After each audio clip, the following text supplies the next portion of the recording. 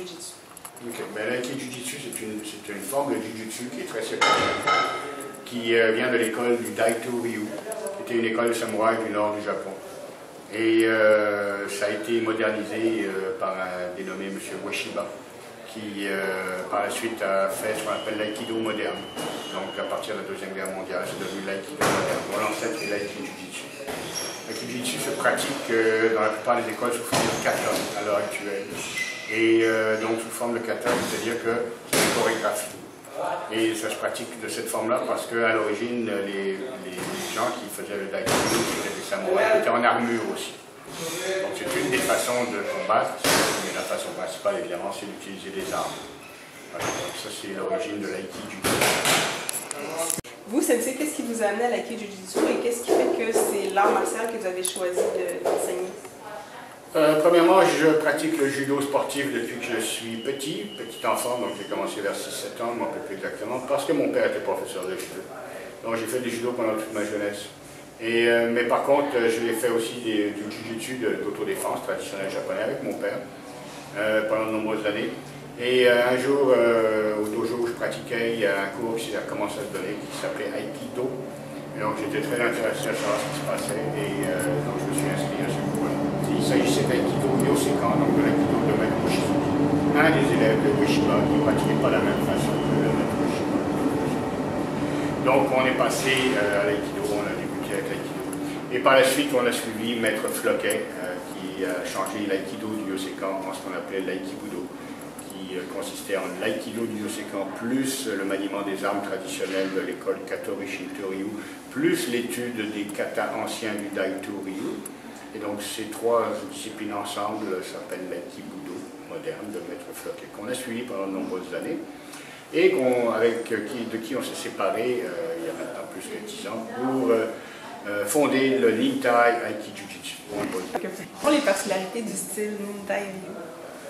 Bien, la raison principale pourquoi on a fondé le style Nintai Ryu, c'est pour permettre à nous-mêmes et à nos pratiquants de faire un art martial traditionnel qu'on pourrait moderniser tout en utilisant des techniques qui leur plaisent en sortant d'un cadre rigide. Donc on pouvait se servir un peu plus de notre intuition.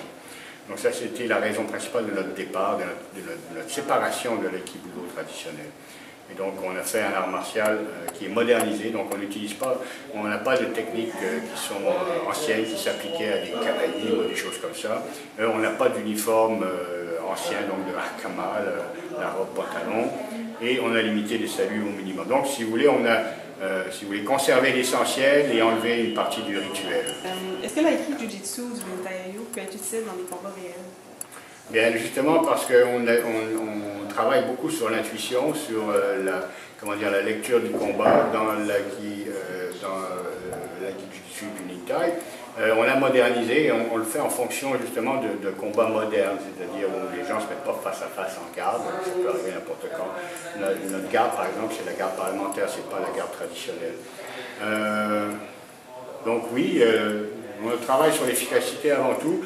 C'est sûr que de temps en temps, l'entraînement se fait de façon sportive, mais la focalisation, le focus du Nintai Jiu-Jitsu, c'est vraiment la défense personnelle à moyen terme ou à long terme, évidemment, parce qu'à court terme, on a ce qu'on appelle le SDS, le système de défense serré, qui n'est pas un art martial, qui est un système de défense, qui est autre chose. Il m'a saisi. Pourquoi il m'a saisi? Parce que...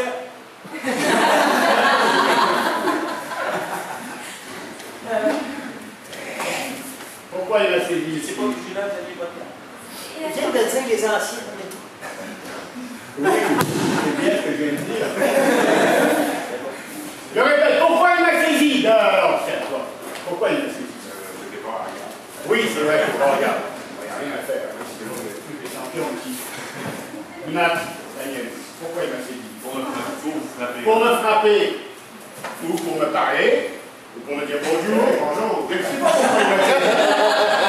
Mais ce qui est important de savoir, c'est ce que vous avez dit, c'est ce que les autres ont dit. Il m'a saisi parce que j'étais pas en garde, parce que si je suis en garde, je ne peux pas me saisir. Il m'a saisi parce que je n'étais pas attentif, je regardais les jolies filles. Voilà. Donc voilà, je ne peux pas me saisir si je ne veux pas. Donc je me laisse saisir pour le travail. Je répète 100 fois. Sortir la ligne d'attaque et lui changer des intentions. Pas trop, par contre, parce que sinon c'est fini. Et je ne peux plus faire de technique. Et donc on est ici pour apprendre les petits judicieux, donc pour apprendre des techniques. Sinon, qu'est-ce qu'on fait?